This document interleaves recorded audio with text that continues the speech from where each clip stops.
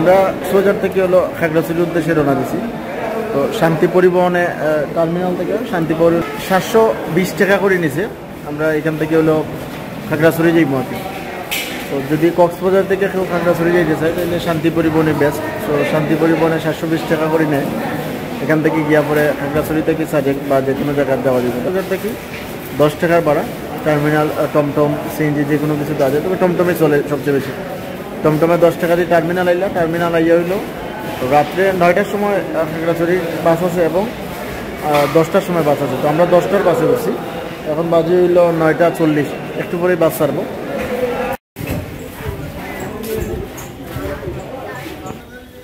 এখন রাইট বাজে হইলো 4টা, বাসে যেখানে লাভ হয়েছিল 6টার সময় নামাই দিব।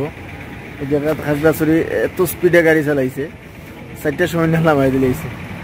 আমরা তো টার্গেট যে 6টার সময় নামাইব, 6টার সময় নামাইলে ওইখান থেকে আস্তে আস্তে আমরা যাইব সাদের গাড়ি কেন গিয়ে হইলো গাড়ি দেখিয়া, তারপরে যদিও গাড়ি পাই তো সাজেক গেলাম মানে তো অন্যদিকে মুভমেন্ট করবো।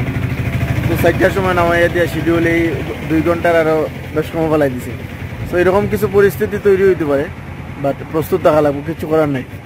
এই হলো শাপলা চত্বর। যখন গাড়ি যে কোনো জায়গা থেকে হোক, সিলেট থেকে হোক, কক্সবাজার থেকে হোক আর ঢাকা থেকে হোক, আইসা এইখানে শাপলা চত্বর হলো নামাই দেয়। তো শাপলা চত্বর নামানোর পরে এইখানে থেকে হলো যারা গ্রুপ হয়ে আসে নাই তারা গ্রুপ ম্যানেজ করে নিল আর কি। অবশ্যই হলো যে 12 জন অথবা 14 জন, হ্যাঁ চাঁদের গাড়ি দিয়ে গেলে ভালো। চাঁদের গাড়ি 12,000 টাকা নেয়, 12,000 টাকা থেকে 14,000 টাকা। তো যদি কারোর সাথে হলো রুম না থাকে, মানে ট্যুরমেট মিল না থাকে, মানে গ্রুপ মিল না থাকে, তাহলে হইলো এখানে গ্রুপ ম্যানেজ করে নেওয়া উচিত। কারণ ওহেতুক তো টাকা খরচ করার দোকান নাই, হিসাবের ভিতরে টাকা খরচ করা উচিত। এখানে 12 জন হইলে দেখা গেলো যাওয়া আসা মিলাইয়া 1000 টাকা করিয়া পড়বো। আর যদি একলা যাইতে চাই তাহলে তো অনেক বেশি টাকা খরচ হবে। সিএনজি 4,500, 5,500, 6,000 টাকা এরকম নিব, যার কাছ থেকে যত নিতে পারে। তো 4,000 টাকার উপরে, তাহলে 4,000 টাকার উপরে এখানে নিয়ে যাইব, আবার নিয়ে আইব, ভাড়া অনেক বেশি হয়েছে না।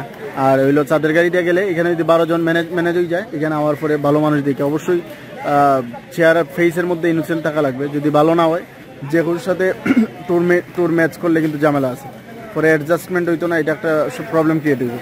তো ভালো মানুষ দেখিয়ে এখানে এসে একটু হাঁটাহাঁটি করলে, একটু যদি কথা কওয়ার মানে অভিজ্ঞতা থাকে, একটু হাঁটাহাঁটি করলে কিন্তু এখানে ট্যুরমেট ম্যাচ করা যাইব, 12 জন ম্যানেজ করে যাবে। আমিও মোটামুটি 12 জন, আমরা তো মানুষ ছিলাম 2 জন।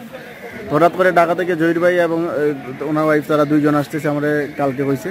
তো তারা 2 জন, এইখানে আমরা 2 জন 4 জন, আরও হইলো এখানে 8 জন অলরেডি ম্যানেজ করে নিচ্ছি। অর্থাৎ আমরা 12 জন, আমরা 12 জন যেহেতু ম্যানেজ হয়ে গেছে, আমরা একটা চাঁদের গাড়ি নিয়ে যেতে পারবো।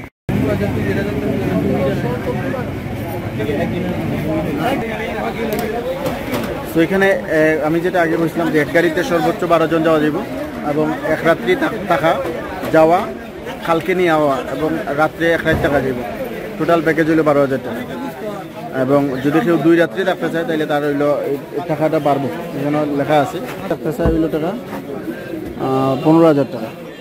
2 রাত্রি থাকতে চায় তাদের লাগে টাকা হইলো 15,000। আর যারা 1 রাত্রি যাওয়া আসা এবং আরও 2টা স্পট তারা দেখাইব, হ্যাঁ স্পট দেখাই হইলো 12,000 টাকা। তো আমরা এইটাই প্যাকেজটা নিব আমরা, কারণ আগামীকালকে আমরা ব্যাক করবো।